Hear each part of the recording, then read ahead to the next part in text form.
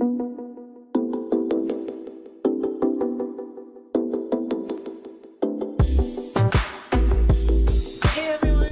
another episode of a Fujoshi Commentary, your go-to place for anime and manga and yaoi facts, recommendations, and reviews, all done by yours truly.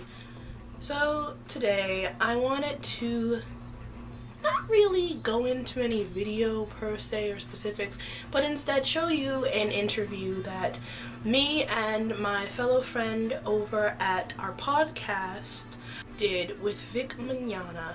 And for those of you who don't know, most of you probably do, Vic Mignogna is a very popular voice actor who's done multiple voice acting roles, such as Edward Ehrlich from Fullmetal Alchemist and Fullmetal Alchemist Brotherhood, Tamaki Suo from Ouran High School Host Club, he's done Broly from the DBZ film, and he's done a wide variety of other voiceovers as well.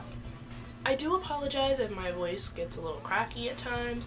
I was at a convention for 4 days, Anime Week in Atlanta, Georgia, and I basically was doing a lot of con stuff along with this podcast kind of thing.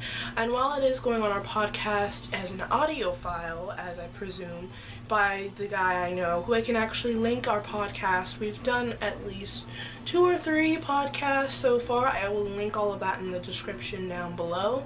But we were able to score and have the honor of interviewing the lovely Vic Mignogna. And I do say, please give it a watch. Without me waffling a little too much about all of it, basically what was to happen, we just interviewed him about his general voice acting, how he got his start, characters that inspire him, and at the end we gave a little inspiration, a question for those who want to aspire to be a voice actor or voice actress in the world of voice acting. And I think you will be pleased with his response. Classic Vic. I do say, have fun with it.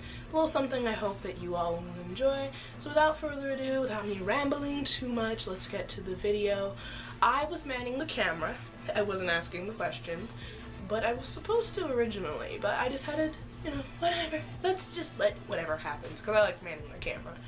So if it is a little weird in audio at first, it's because I was setting up the camera and I was making sure the audio was at tune. But other than that, I do hope you enjoy. So without further ado, let's get grooving, and I hope you enjoy. Bye! Still morning. Okay. Not yet.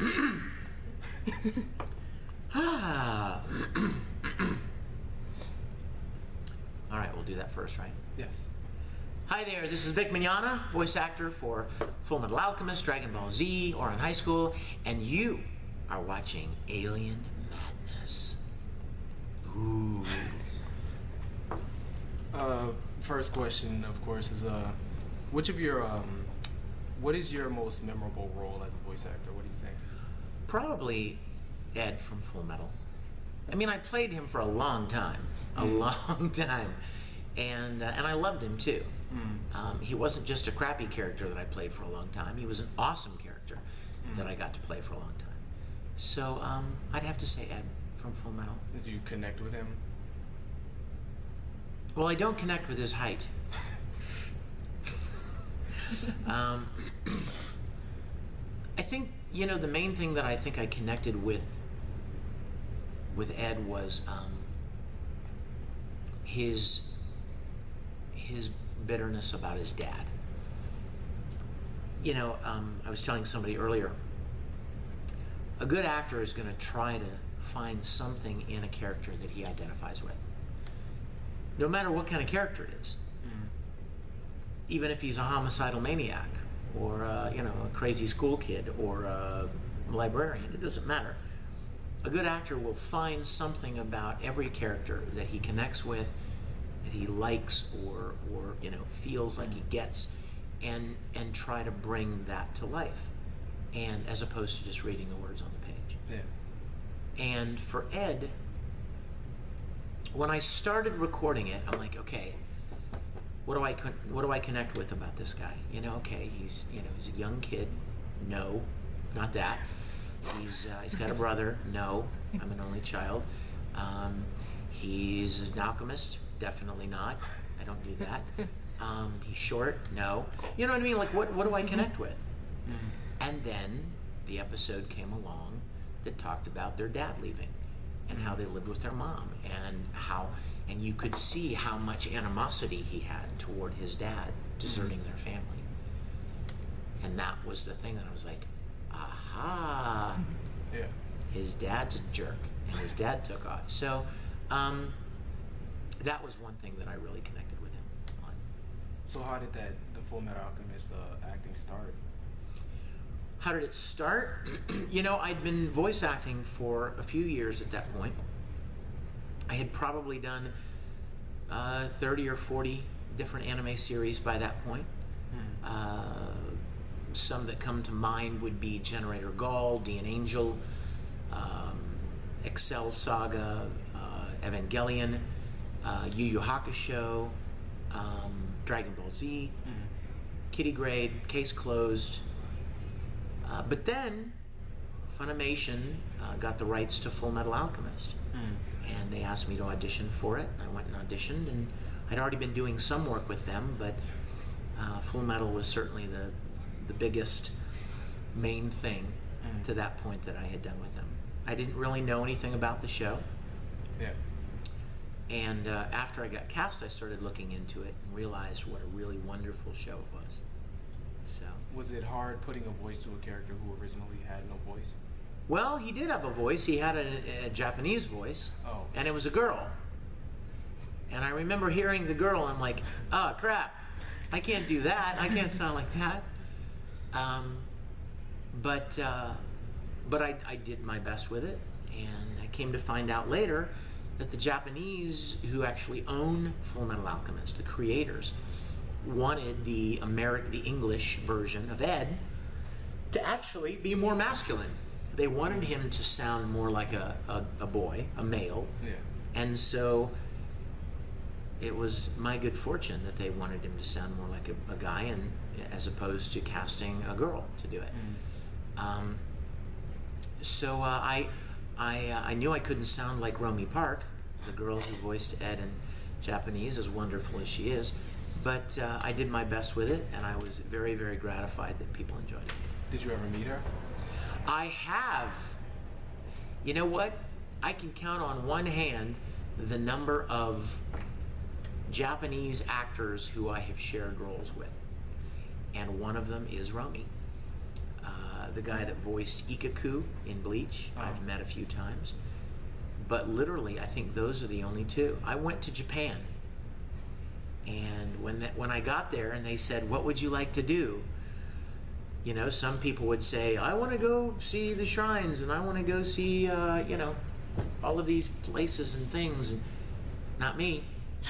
I wanted to do two things. I wanted to sit in on an anime recording session and watch them do it the way they do it, which is very different than the way we do it. And then I wanted to meet Romy. So some friends at Square Enix set up both of those things. And I got to have dinner with Romy, and we had a wonderful time. Wow. So how is she in person?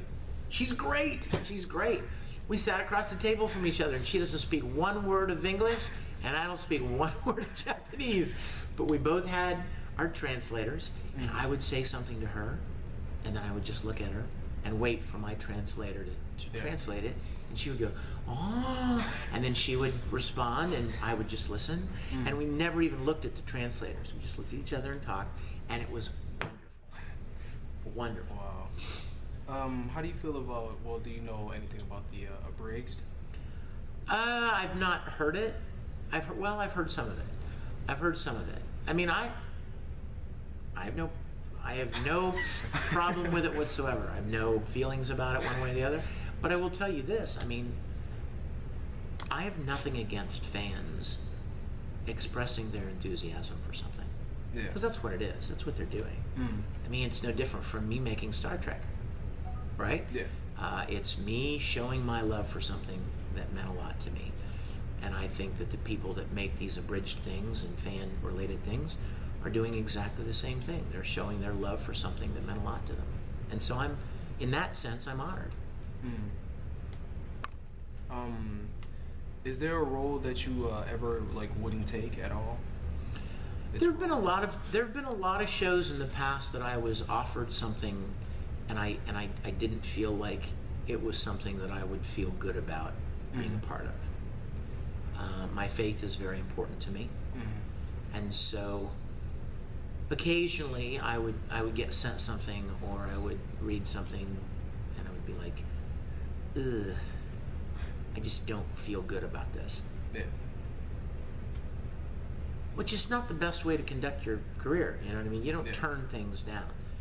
But at the same time, I felt like if I wanted God to bless my career and bless my decisions, then I needed to honor Him as best I could in those decisions. Yeah. So I passed on a lot of roles. And in fact, I got to the point where a lot of directors would send me something and go, now look, I know you, and I know you probably don't want to do this, Vic, but try this. But are you interested? Would you be interested in trying out for this? And sometimes I'll look it up and go, hey, you know what? Sure. Yeah. It's comedy. It's meant to be a joke. Sure. Panty and stocking. I played this really creepy guy. But it was a comedy, and it was kind of made fun of itself. Yeah.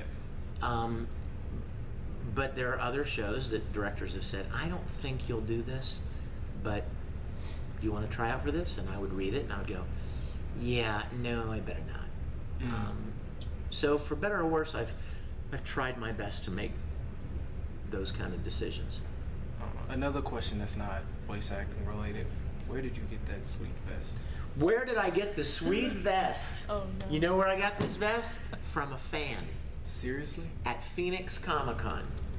I was signing autographs in Phoenix at probably, 5 years ago? Maybe longer. And a guy came up, fan and his girlfriend, two of them came up to my table, and I was signing, and I looked at his vest, and I'm like, dude, that is a sweet vest. And he goes, really, you like it? And I'm like, yeah, it looks awesome. He goes, you want to try it on? No. I'm like, sure, I'd love to try it on.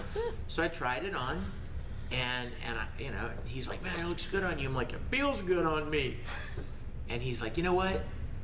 Keep it. I'm like, no, dude. I started trying to take it off. I'm like, no, bro, no. And he goes, really? It would be my honor. And so I'm like, wow, thank you. And the really fun little PS to the story is that a few weeks later, he sent me an email, and he said, can I get a mailing address for you? Because the vest has sleeves. They zip in. So it becomes like a full jacket. And I'll send you the sleeves. I'm like, what? You're amazing. So I sent, yeah. Wow. So I sent him my address, and I got the sleeves, and yeah. That's 1 minute? Okay. One more question. Is there any advice you would give for someone getting into voice acting? Please. Voice acting is not for the faint of heart. It's not something you should ever go into if you get discouraged easily. But you could say that about almost any creative field. There are a lot of people who want to do creative things professionally. Lots of people. Lots of people want to dance and get paid for it. They want to draw and get paid for it. They want to paint and sing and act and get paid for it. Because that's like the dream, right? Yeah. Is to do something you love and actually make a living at it. Yeah. But because there are so many people who want to do that, there's a lot of competition. And if you get discouraged easily, then something in an entertainment field is not for you.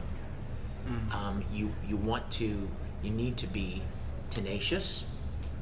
You need to, to stick with it, be assertive, and give it the best you've got. Because I tell you something, one thing I've seen is that it's not always the most talented people who get cast in something. It's the people that don't give up easily. It's the people that don't get discouraged and walk away. You can watch any TV show or movie or even turn on the radio and hear people that aren't the greatest singers in the world or aren't the greatest actors in the world. How did they get that gig? Because they didn't give up. and they were just, you know, they stayed with it, and they finally met somebody who gave them a shot. You know? Yeah. I don't want to be weird or anything, but you know, 2 nights ago, I was in Studio City, and they were shooting an Adam Sandler movie. And there were all these big semi-trucks lined up on Ventura Boulevard. Yeah. And I thought to myself, I wonder if Adam Sandler goes to bed at night and goes, how the hell did I ever become a movie star? We talk about that a lot. You know what I on the mean? podcast. Like, I'm a freaking multi-millionaire, and I'm this dumpy guy who doesn't know. Yeah, he's kind of funny, but certainly not the greatest talent in the world. Yeah. But he's making all these movies and multi-millionaire. How'd that happen? Because he just didn't give up. He just kept pushing and pushing and pushing, and finally somebody opened the door just a little bit, and you know. So that would be my encouragement to anyone. That's great. It's beautiful. Well, thanks a lot for this interview. My pleasure, Gabe. Well guys, that was it. Thank you so much for watching this video and this interview we did with Vic Mignogna. If you have any questions, comments, or concerns about how to do such or what was entailed with that, please feel free to subscribe to my channel or comment your questions. I try to put at least 2 videos out every week. If you found this video to be entertaining, please feel free to give it a like. If not, give it a dislike. All criticism is welcome. Without further ado, guys, peace, love, and stay groovin', humans. Bye!